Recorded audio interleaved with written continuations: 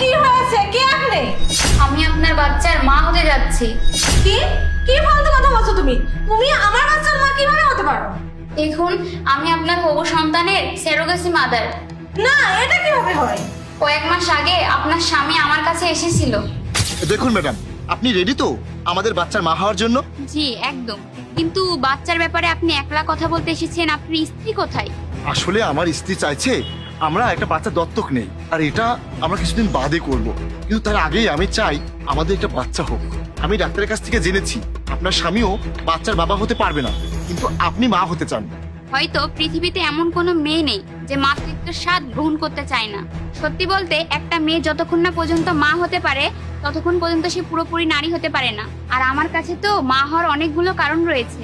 বাচ্চা আমার অনেক পছন্দ, আমিও বাচ্চা জন্ম দিয়ে বাচ্চার মা হওয়ার স্বাদ গ্রহণ করতে চাই। তাহলে এটাই ফাইনাল থাকলো, আমাদের বাচ্চার স্যারোগেসি মাদার আপনিই হবেন। ডিল?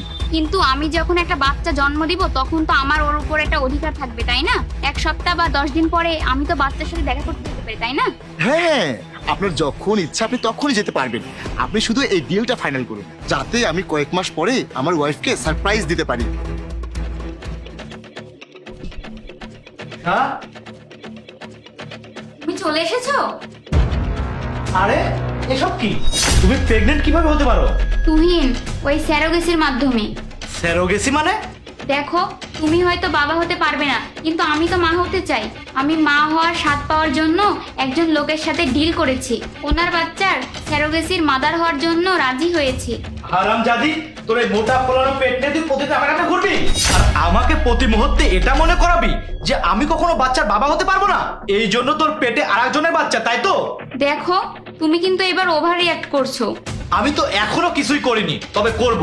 যদি তুই আমার সামনে এই পেট নিয়ে ঘুরিস, হয় এক্ষুনি তুই এই বাচ্চাকে ফেলে দিয়ে আস, আর না হলে বাড়ি থেকে বের হয়ে যা। আরে তুমি এসব কি বলছো? তাড়াতাড়ি ডিসিশন নে। আরে এটা তো পাগলামি হচ্ছে। ফয়সালা হয়ে গিয়েছে। আমার বাচ্চা বেরিয়ে যাও এই বাড়ি থেকে, রাইট নাও। এবার তুমি বলো, আমি বাচ্চা নিয়ে কোথায় যাব? এই জন্য আমি তোমার কাছে সাহায্যের জন্য চলে এসেছি। প্লিজ আমাকে সাহায্য করো, আমার জন্য না হলে এই বাচ্চাটার জন্য করো।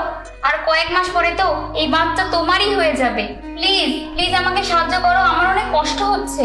বোন, তুমি একদম চিন্তা করো না, আমি তোমার পুরো খেয়াল রাখবো। যেভাবে একজন প্রেগনেন্ট মহিলা যত্ন নিতে হয়, আর এই বাচ্চা শুধু আমার নয় তোমারও। তুমি আমাদের সংসারে এত বড় একটা খুশি নিয়ে আসছো, আমি তোমাকে নিরাশ করে ফেরাবো না, যতই তোমার স্বামী তোমাকে বাড়ি থেকে বের করে দিক না। আর তুমি বলছিলে না সপ্তাহে 1 দিন বা 10 দিন পর বাচ্চার সাথে দেখা করতে চাও, আর তোমার এটা করার কোনো প্রয়োজন নেই। বাচ্চা হওয়ার পর তুমি চাইলে তুমি আমাদের সাথে থাকতে পারো। শুধু সন্তান জন্ম দেওয়ার সুখ নয়, তুমি মা হওয়ার সুখও পেতে পারো।